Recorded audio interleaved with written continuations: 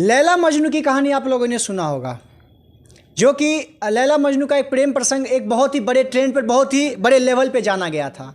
और मैं इसको इसलिए बोल रहा हूँ, इसके आगे बताऊँगा। पहले एक बात और आपको बता दूँ, पूरे भारत में सबसे बड़ी शादी, सबसे फेमस शादी आपने सुना होगा, मुकेश अंबानी की बेटी की शादी, जो कि पूरे वर्ल्ड लेवल पे, पूरे वर्ल्ड में लोग जाने कि मुकेश अंबानी की बेटी की शादी हुई थी और इतने बड़े ट्रेंड में हुई थी।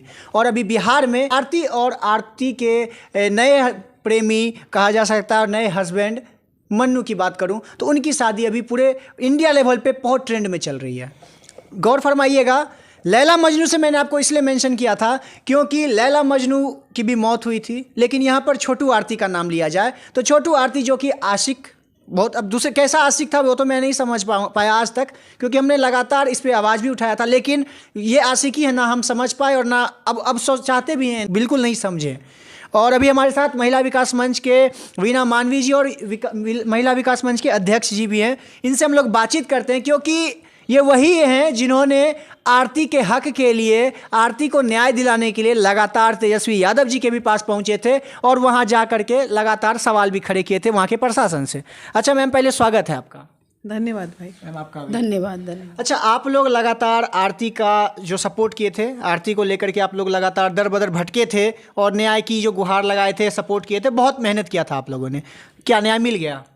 छोटू को तो न्याय नहीं मिला अभी तक। पहले भी छोटू की बात कर रहे थे, आज भी छोटू की ही बात कर रहे हैं।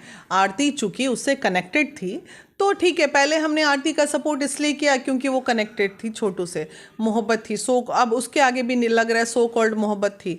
लेकिन अब वो अपना जीवन जी रही है। अच्छा है भाई, बहुत जल्दी उसने अपने जीवन में बदलाव लाया, अपने जीवन में आगे निकल पड़ी, सारी चीज़ों को भुला के। ये अच्छी बात है कि पूरे पल को भुलाना चाहिए इंसान को और सुख का जीवन में जाना चाहिए, लेकिन इतना थोड़ा ज़्यादा फास्ट हो गया, थोड़ा धीरे जाना चाहिए, थोड़ा ज़्यादा तेज़ चली गई। तो ये चीज़ है। रही बात छोटू को न्याय दिलाने की, तो अब तो भाई हमारे जो वकील साहब हैं, जो आरती के परिवार के जो वकील हैं शिवनंदन जी, उनके लिए, शिव नारायण, हाँ जो भी, तो उनके लिए ये केस थोड़ा आसान हो गया है। और जो वो बात शुरू से बोलते आ रहे थे वो बात बिल्कुल सही बोल रहे थे। तो मुझे लगता है ये केस में अब कुछ न्यायिक बदलाव बहुत जल्द होगा। मैम आपसे एक सवाल रहेगा, आप लोग लगातार महिलाओं के लिए लगातार आवाज़ उठाते हैं, तो क्या इस तरह का जो ये प्रेम प्रसंग था, जिसको नाम दिया गया था, प्रेम प्रसंग था या मर्डर था, ये अभी तक गुत्थी बना का बना रह गया, कोई इसको सुलझा नहीं पाया? क्योंकि आरती का जिस तरह से रुख रहता है, अगर वो सही होती तो पहले अपना परिवार छोड़ करके, एक तो पहले सबसे पहले छोड़ के चली आई, ये सबसे बड़ा। क्योंकि मैं बात करूँगा भावनाओं की, यहाँ पर जो लोग कानूनी व्यवस्था को लेकर के जो चल रहे हैं कि ये ऐसा कर दिया, उसका एज था, चलिए वो मैं मानता हूँ, लेकिन अगर बात करें कि जो किसी के भावनाओं की बात अगर करें, तो कोई परिवार कोई अपने मम्मी पापा को छोड़ करके जो अपने माता पिता की नहीं हुई, वो छोटू की बनने गई थी, और छोटू की बन के गई, अब मन्नू की बन के रह गई। ये कहाँ तक सही है? देखिए, ये बात तो सही है कि छोटू की नहीं हुई, मन्नू की बन गई। जब उसका पहला कदम था, क्योंकि छोटू की हत्या हुई तो वो कहीं ना कहीं गलत था, तो उस समय तो आरती ने अच्छा किया कि सच्चाई सामने लाई। लोग पर्दा डाल रहे थे कि नहीं नहीं वो बिजली के सर्किट या कैसे मौत हुई, लेकिन ये सच्चाई नहीं थी। लड़की ने एक पर्दा लड़की ने डाला कि उसकी भाभी ने बुलाया, सच्चाई ये थी कि लड़की ने खुद बुलाया, जो हमें समझ में आता है।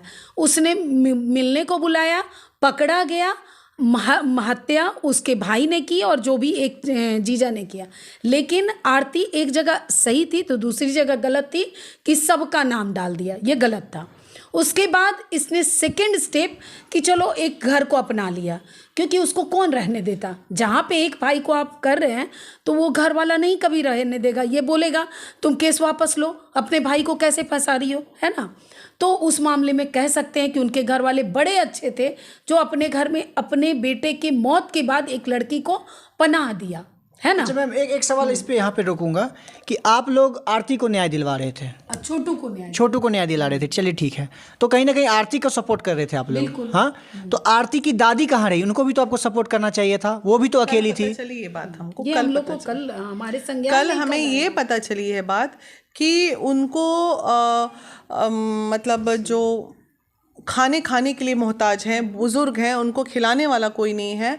तो फिर कल ये बात पता चली है। अब आज फर्स्ट काम मेरा यही था कि हम पूर्णिया टीम से बात करते और पूर्णिया टीम से बात करके सबसे पहले उनको जो भी विधि व्यवस्था है उनकी ठीक कराने की कोशिश करेंगे। तो ये तो दुखद है, ये पता चला है कल मुझे, नहीं तो पहले भी पता था कि बूढ़ी दादी हैं, लेकिन ये नहीं पता था कि उनका देखभाल करने वाला कोई नहीं है, ये कल पता चला। तो ये भी बहुत यहाँ पर जिस तरह से अगर आरती लगातार बोली थी मेरी दादी निर्दोष है, तो क्यों नहीं आरती दादी के पास अपने आई या दादी को अपने पास बुला ली? ये भी एक सवाल खड़ा होता है। यही मैंने बोला कि जब परिवार वाले वो सो कॉल्ड जो उनके ससुर हैं, जो ससुर बन गए, वो क्या ससुर के पास जब इतना बड़ा दिल हो गया कि एक जवान लड़की को घर में बिठा लिए, तो समाज सेवी अगर वो हैं तो एक बूढ़ा व्यक्ति पड़ा हुआ है, वो भी तो आपकी रिश्तेदारी हो गई ना। अब पहले नहीं थी, अब तो हो गई, बूढ़ी है, बुला लो घर में, रख लो यार। एक बात और पूछना चाहूँगा, यहाँ पर जिस तरह से मतलब आरती के ससुराल में, क्योंकि अब तो आरती का ससुराल हो गया, आरती तो पहले भी खुद को मान रही थी कि हम उसका विधवा बन के रहेंगे। पहला बात, आप पहले बात को ध्यान से सुनिएगा, आरती सबसे पहला बोल रही थी कि मैं विधवा बन के रहूँगी, और अब बोल रही है कि वो मेरा उस टाइम का समय था, मैं थोड़ा सा वो परेशान थी इसलिए था। ठीक है, मैं ये भी मान लिया, ठीक है। अब क्या हो गया है, अब मन्नू से जब से शादी की है तो मन्नू अलग अपने रुख में आ गए हैं।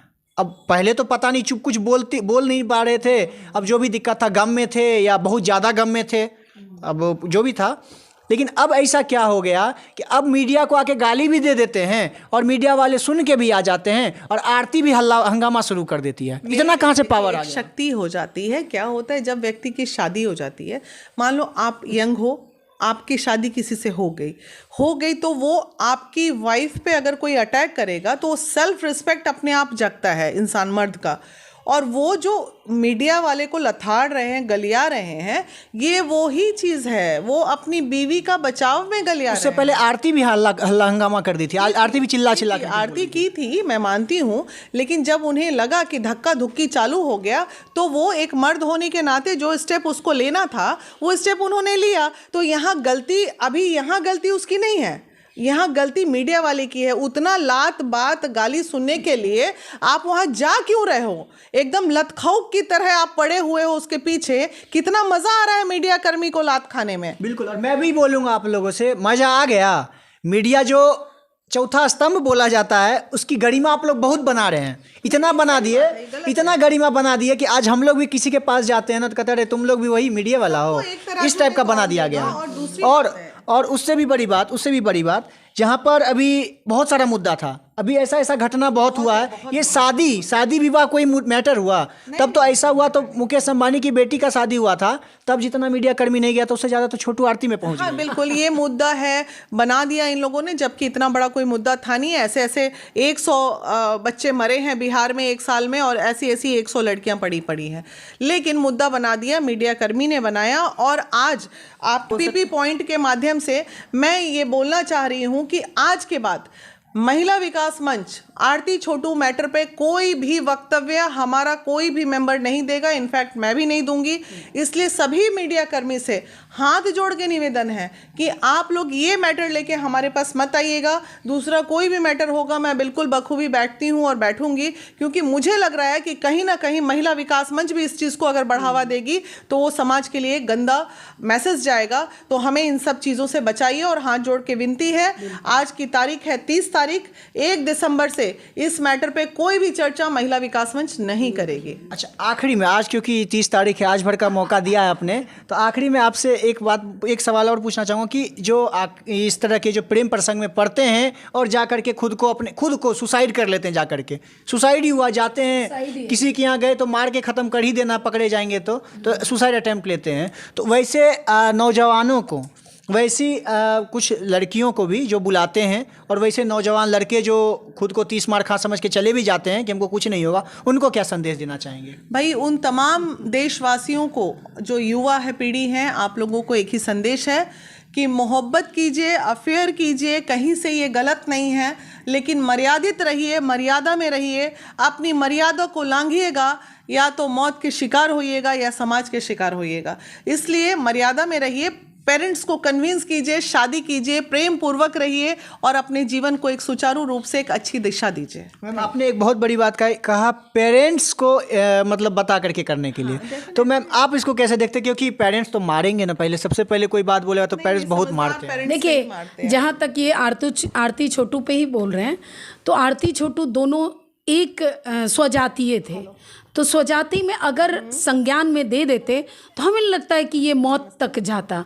तो आप ये कहीं ना कहीं बच्चे का होता है ना, आजकल इतनी ज़्यादा फिल्म देख के लोग इतने प्रभावित हो गए हैं कि लुक्का छिपी बहुत ज़्यादा चल रही है, ये गलत है। इसको आपके पास केवल शादी, प्यार, मोहब्बत, उसके अलावा करियर और आपकी जिम्मेदारी अपने माँ बाप के प्रति भी तो कुछ है, समाज के प्रति भी तो कुछ है। आप एक लड़की पे इतने ज़्यादा फिदा हो गए कि समाज, माँ बाप सबको छोड़ दिया। तो युवाओं को, पहले उन नव युवक को बोलते हैं कि आप थोड़ा करियर बनाइए, आप करिए लेकिन मोहब्बत को इज्जत से करिए। बिल्कुल मेरा भी बस यही मानना है। मैं भी बस इतना ही कहूँगा कि आप प्रेम कीजिए, प्यार कीजिए, सब कुछ कीजिए, लेकिन तरीके से करिए, क्योंकि कल को ये भी ना हो कि समाज में आपको खुद मुंह दिखाने के लायक ना हो, आपके परिवार वाले सर उठाने के काबिल ना रहे। ऐसा माहौल कभी क्रिएट ना करे, ऐसा माहौल कभी ना बनाए। फिलहाल आपको हमारा ये प्रयास कैसा लगा, और छोटू आरती का जो मुद्दा है, ये मुद्दा नहीं, ये ज़बरदस्ती का मुद्दा बनाया गया है। ऐसा बहुत सारा घटना है हमारे बिहार में, हमारे पूरे भारत में, उसको लेकर के आप लोग लगातार आवाज़ उठाए। फिलहाल अभी चाहूँगा इजाज़त, तब तक के लिए जय हिंद।